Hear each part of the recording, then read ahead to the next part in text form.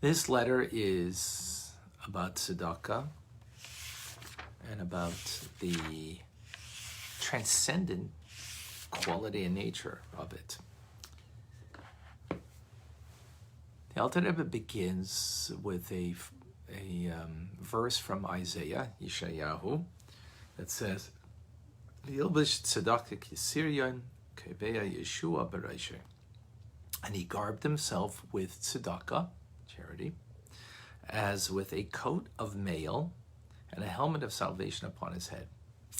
So the knights, European knights, they used to wear this coat of mail that was a protective body garment when they go into battle. It had, rings, sewn iron rings on fabric or leather that were like small, let's say, pieces like this, and they would a little overlap, but you could pick up your arms that way and battle instead of one big piece that you couldn't really move too much. You didn't have the agility, which is necessary, of course, in battle.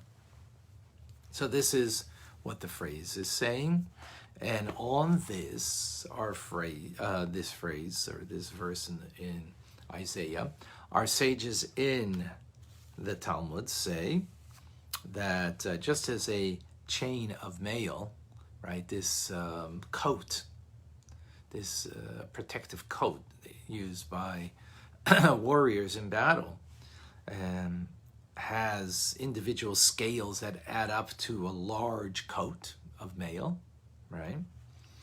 So that's a metaphor for charity, for tzedakah, that individual coins given to charity add up to a great amount. That's what our sages say. We've learned before that God creates the world, and everything in the world is a metaphor for our relationship with God. So here is a part of the uniform for a warrior. So what's it got to do with God? War. When Mashiach comes, there won't be any war. So what does that have to do? Well, everything has to do. Everything is a metaphor for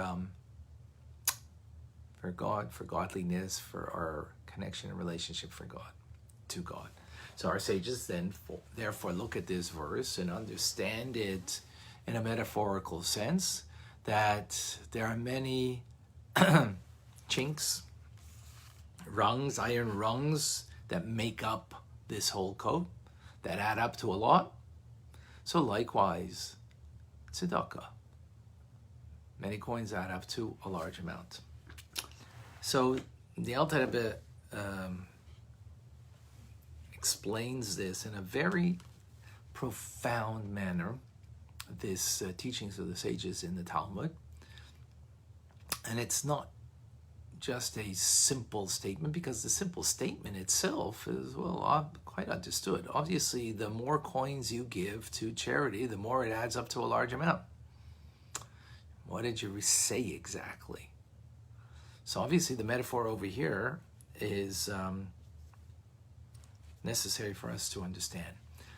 And that tzedakah, charity, just as the coat of mail shields and protects, likewise the coat of mail shields and protects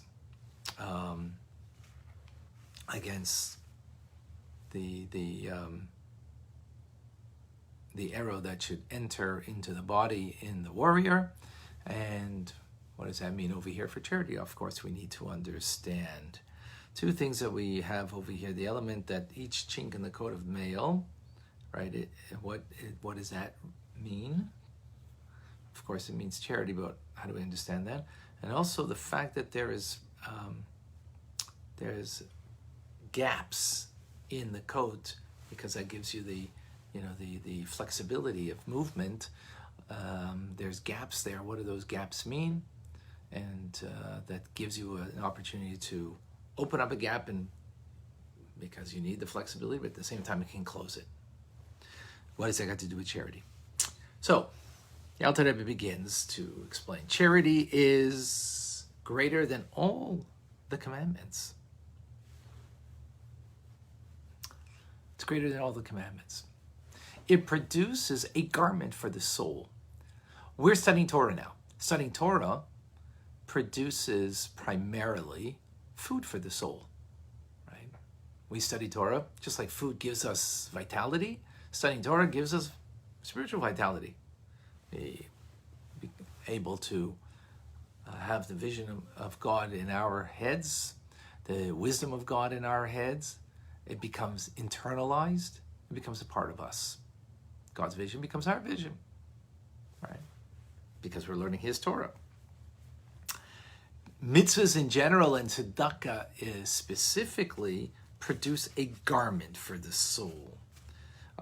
These garments are coming from the Ein Sof, the limitlessness of God, meaning from a level of soviv, just like a garment, as opposed to study Torah, it's like food, nourishing, that's on the inside of the person, garments on the outside. They are like a protection for the person from the elements. That refers to soviv kol almin, to the encompassing transcendent light of God that is, so to speak, affects from afar. As opposed to food affects from within, clothes in that sense, metaphorically speaking, do not become integrated in a part of you, but because they're beyond you. And that's why they become a protectorate for you. So let's understand what this means.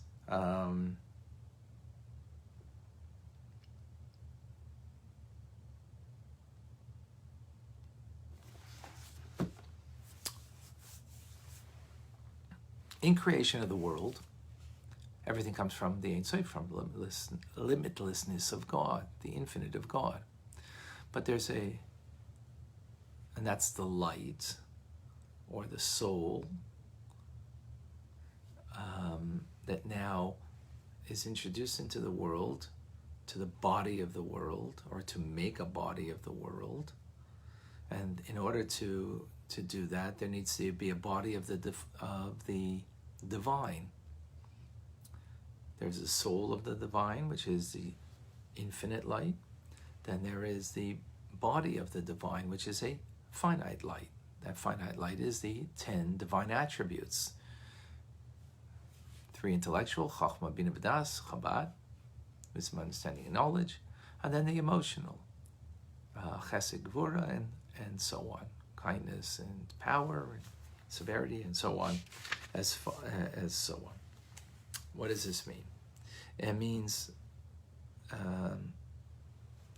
that the infinite light of God has to be contracted so much so that it can now become, it can now vest itself in the 10 divine attributes. And this becomes then the power of God that is vested within creation. That's Ilavol, cause and effect.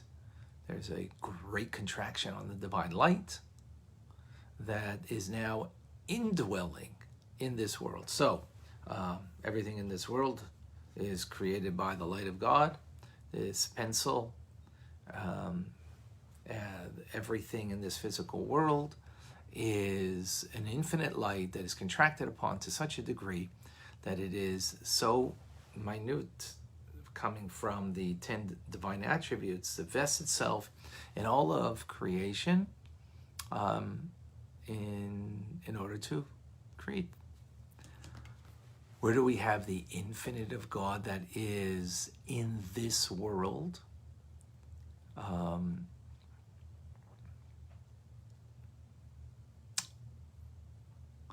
Actually, even before the infinite, we get a little bit of that infinite before this world. We get a little bit of that infinite that is contracted upon when our soul goes into Gan Eden, into the world to come, in the Garden of Eden.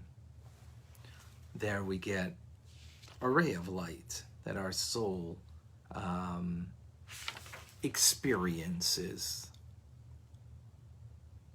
That experience we can't have in this world. We can't have that in this world.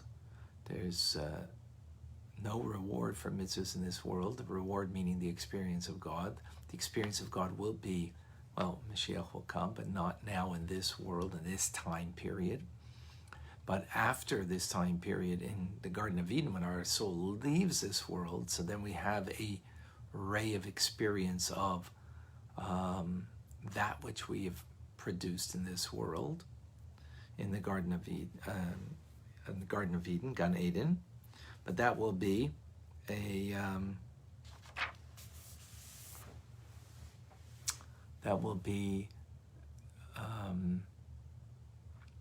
only a ray of that infinite light. Here in this world, though, when we do a mitzvah, and specifically here we're talking about the mitzvah of tzedakah, what we are doing is creating a union between the infinite and the finite, between Kudsha Bricha and Shechinte. HaKadosh Baruch Hu, the Holy One, blessed be He, the male component of the divine, and the Shechina, which is the feminine part of the divine. We're creating this union. This union begets a new light that is introduced, that this is an all-encompassing light that is then to be vested in this world can only be through the 10 divine attributes. So there's a, so to speak, a gap of allowing the infinite light by way of the 10 divine attributes to come into this world through the act of creating, of doing a mitzvah, of tzedakah specifically. Because through the act of tzedakah, we are creating that union that is now bringing a new divine infinite light, introducing it into this world via the 10 divine attributes. But there is a bit of the infinite light that enters into this world. And that is the metaphor of the coat of mail that, you know, when you lift up the arm, there's going to be a gap on the chinks and the iron pieces. And that means that something can enter, right? That meaning, well, not something here means through the body of godliness, which is the 10 divine attributes, which is, right, a limitation of the infinite light can now enter into this world, and it will express itself in the right arm of kindness of God, which is the supernal right arm, and the left, which is Gvura, severity. It will express itself how?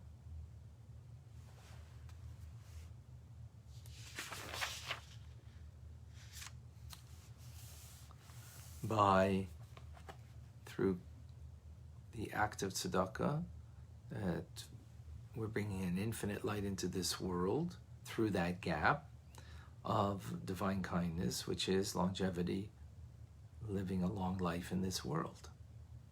The left arm, that we will have wealth and honor in this world. So, in other words, there is that level of Soviv Kolamin, the transcendent light of God through the act of giving tzedakah, that is brought into this world. And that's the metaphor of the coat of mail, right? That there's the different chinks, different iron pieces, iron rings on this garment that allows for the movement. So there's a opening, the opening in this garment. And here, so it's interesting what we have over here. The metaphor of the person and the garment, right? Soul and body. So we have soul in the heavenly sphere. What is the soul in the heavenly sphere? Is the infinite of God. What's the body?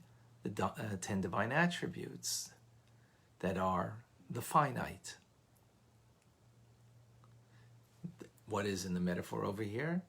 There's the person, right? And then there is the garment that they're wearing.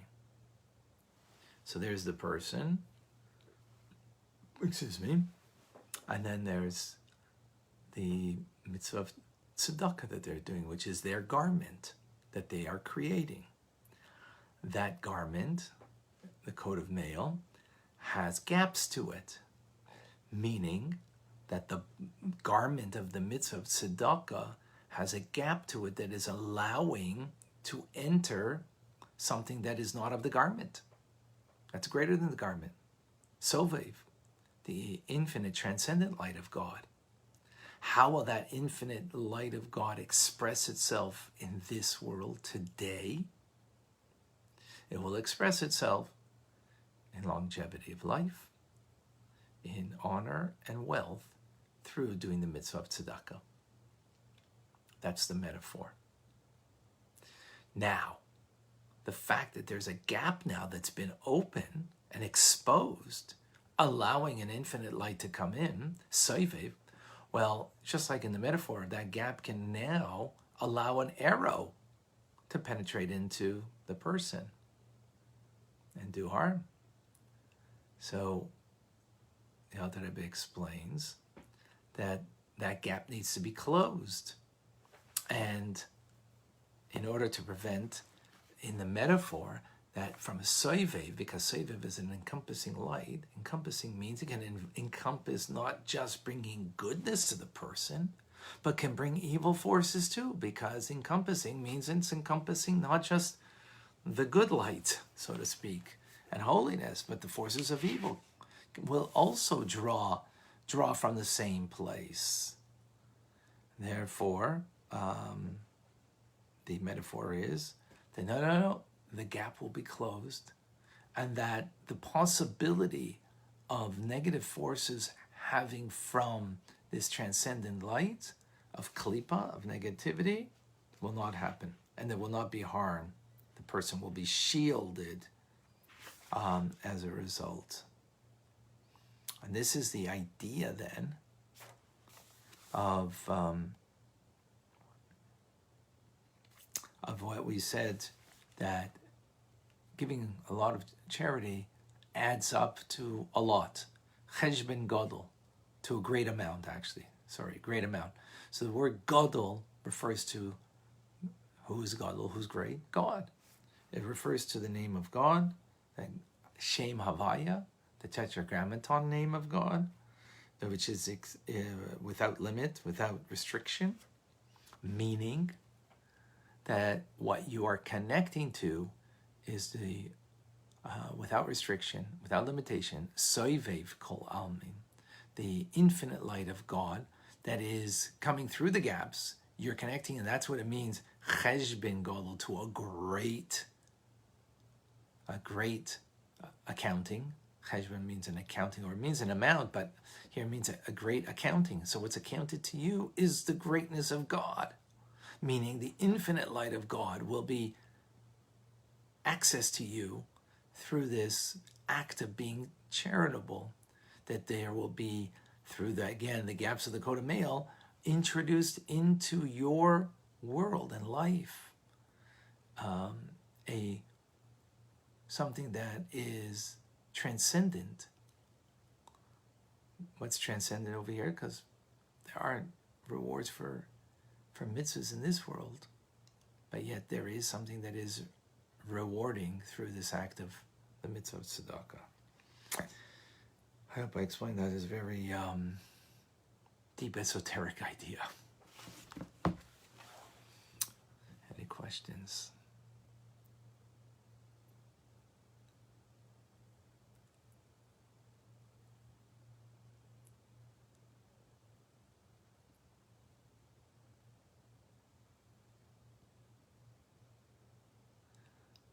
So Alice is asking that we say in the morning blessings that Torah study is equivalent to them all. How is tzedakah greater? Excellent question. Excellent question. So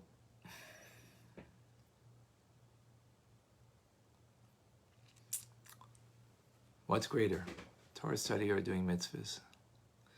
So, for the soul, the study of Torah is greater because it's feeding the soul.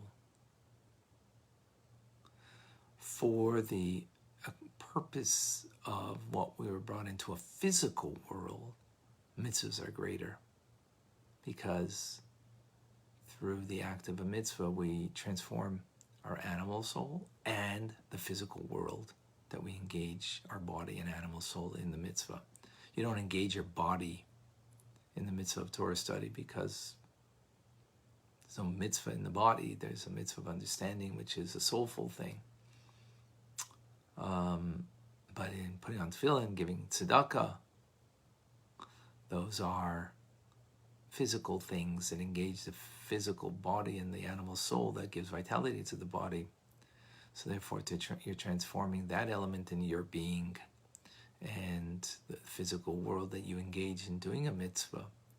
And in that respect, the tzedakah, you engage more of your physical reality than any other mitzvah. When you're putting on tefillin or lighting Shabbos candles, it's just, a certain act that you're doing. But when you're giving tzedakah, you have to earn that money, you have to work hard for that money, or at least that money could buy sustenance for your physical reality, and he gave that away. So in that respect, that's greater. So it depends on which angle you're speaking of.